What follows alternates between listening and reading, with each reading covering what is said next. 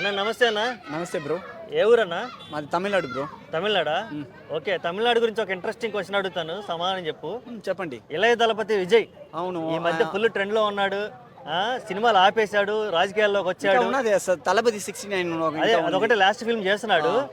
ఈ గ్యాప్ లో ఒక ఇంట్రెస్టింగ్ న్యూస్ అయితే బాగా వైరల్ అవుతుంది. త్రిషాకి విజయ్కి ఎఫ్ఐఆర్ ఉంది అని చాలా మంది సోషల్ మీడియాలో చెప్తా ఉంటారు. ట్రోల్స్ మీమ్స్ చాలా చూస్తుంటారు. దీని మీద అభిప్రాయం ఏంటి? త్రిష మాత్రం కాదునా, కీర్తి సురేష్ లింక్ చేస్తున్నారు.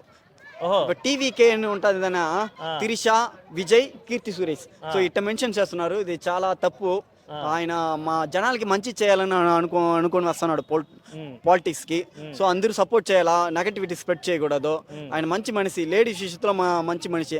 అందుకోసం లేడీస్ చాలా ఫ్యాన్స్ ఉన్నారు, అర్థం చేసుకోవాలా. ఆయన ఎటువంటి స్ట్రైట్ ఫార్వర్డ్. ఇదే నిజం అంటే ఆయన ఒప్పుకోపోతాడు. ఇదంతా నిజం కాదు. ఆయన నెగటివిటీ స్కిప్ చేసేస్తాడు. సో ఎప్పుడు పాజిటివిటీ నమ్ముతాడు. దానికోసం ఇంకా ఆయన హై పొజిషన్లో ఉన్నాడు ఇంకా. సో ఆయన గెలుపు కోరుకోవాలని ఆశపడతా ఉన్నా. Okay okay. అంటే దీని వరకు ఏమన్నా అరాచక శక్తులు ఉన్నాయి అనుకుంటున్నావా? అంటే విజయ్ని డౌన్ చేయడానికి ఎవరైనా కుట్ర చేస్తున్నారు? కొంచెం ఆపోజిట్ పార్టీస్. విజయ్ డెవలప్ అవ్వకూడదు, డామినేట్ చేయాలా. విజయకాంత్ సార్ పార్టీ పెట్టుకున్నాడు.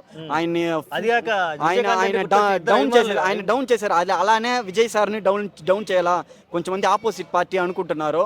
సో దానికి మేము వదలము, మేము ఎప్పుడు సపోర్ట్ చేస్తాం. నేను వచ్చి ఎస్టీఆర్ విశాల్ ఫ్యాన్. ఇన్నాలో విజయ్ సార్ నచ్చితే నేను సపోర్ట్ చేస్తా. ఓకే, మా అన్నోళ్ళు విజయ్ ఫ్యాన్స్. సో ఆయనకి ఈసారి ఓటు చేస్తా. ఏమన్నా చేస్తానని నేను చూస్తా.